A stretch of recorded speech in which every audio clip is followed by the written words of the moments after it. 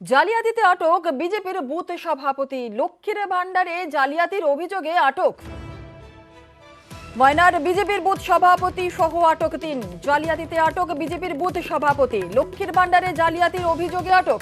তো কি ঘটনা, সুজিত ভৌমিক আমাদের সঙ্গে রয়েছে। সুজিত আরো বিস্তারিত বলবে। সুজিত, লক্ষ্মীর ভান্ডারে জালিয়াতি কিভাবে, ঠিক কি ঘটনা?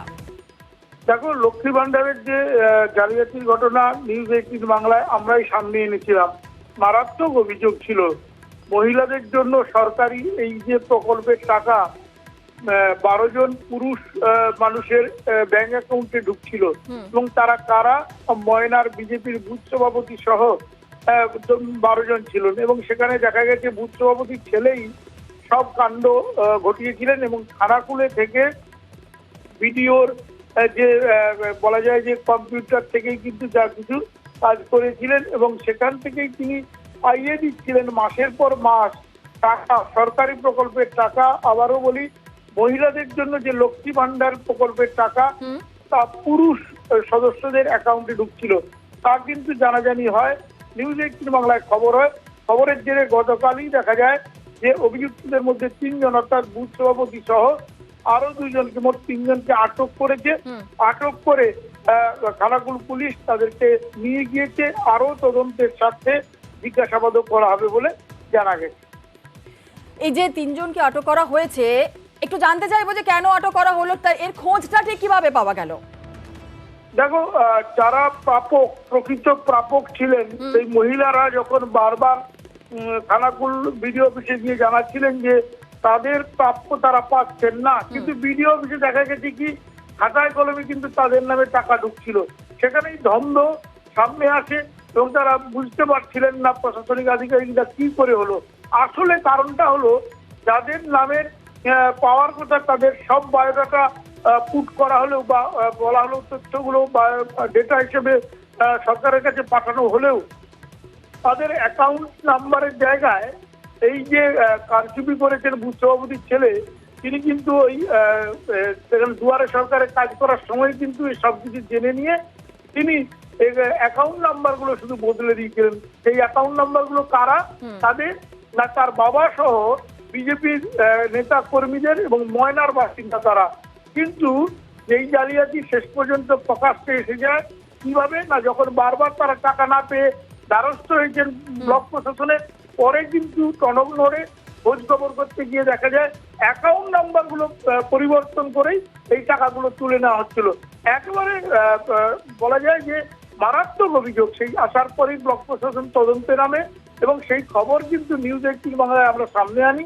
তারপর গতকাল দেখা যায় রাতে খানাকুল পুলিশ আসে, তারা পূর্ব মেদিনীপুর জেলা পুলিশ এবং ময়না থানার পুলিশের সহযোগিতায় 3 জনকে, মূল অভিযুক্ত অর্থাৎ বুথ সভাপতির ছেলেকে এখনো না পেলেও তিনি ফেরার, বাকি 3 জন এখনো পর্যন্ত যে তাদেরকে গ্রেপ্তার করা হয়েছে তার মধ্যে ওই ফেরার যুবকের বাবা অর্থাৎ কিনা বিজেপির বুথ সভাপতি তিনি, তাকে সহ মোট 3 জনকে গ্রেপ্তার করে কালকেই রাতেই খানাকুলে নিয়ে যাওয়া হয়েছে আরো তদন্তের স্বার্থে। বেশ, ধন্যবাদ।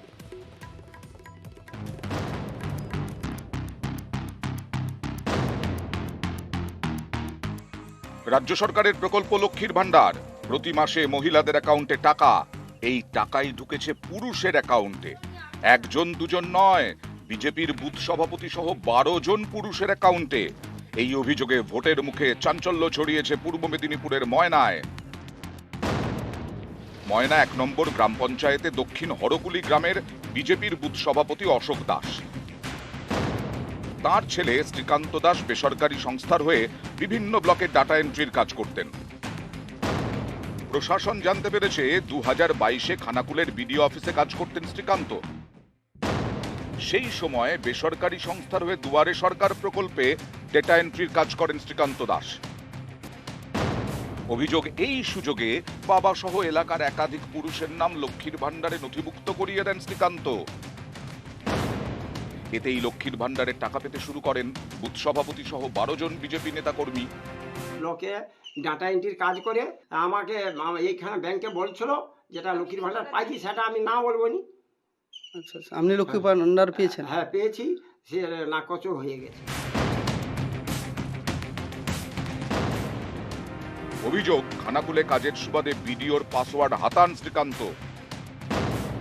উপভোক্তার নাম খানাকুলের হলেও অ্যাকাউন্ট নাম্বার বদলে দেয়। বাবা সহ বিজেপির 12 নেতাকর্মীর অ্যাকাউন্ট নাম্বার জুড়ে দেন শ্রীকান্ত।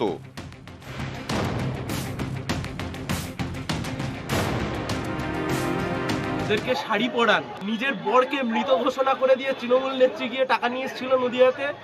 আর এখন বিজেপিকে দেখছি পুরুষ বিজেপির নেতা সে লক্ষ্মীর ভান্ডারের জন্য এখন দুর্নীতি করছে। আসলে চুরি দুর্নীতিতে তৃণমূল আর বিজেপি জুড়ি মেলাবো।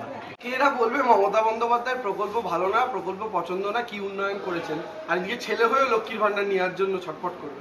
চোরাই কারবার, এরকম 2 নম্বরই কারবার, এগুলো বিজেপির বাড়ির লোকেদের পক্ষেই সম্ভব এবং প্রশাসনের এদের বিরুদ্ধে অ্যাকশন নেওয়া উচিত। সরকারি টাকা তছরূপের অভিযোগ। মমতা বন্দ্যোপাধ্যায়ের প্রকল্পের এমনই টান যে পুরুষরাও মহিলার সাথে বাধ্য হচ্ছেন। সরকারি প্রকল্পের টাকা নিয়ে এভাবে জালিয়াতির অভিযোগ সামনে আসতেই অভিযুক্ত যেখানে বিজেপি, সেখানে কিনা তৃণমূল এবং বামেরা গোটা বিষয়টি নিয়ে সরব হয়েছে। ময়না থেকে ক্যামেরা সর্বানন্দ মিশ্রের সঙ্গে সুজিত ভৌমিক, নিউজ 18 বাংলা।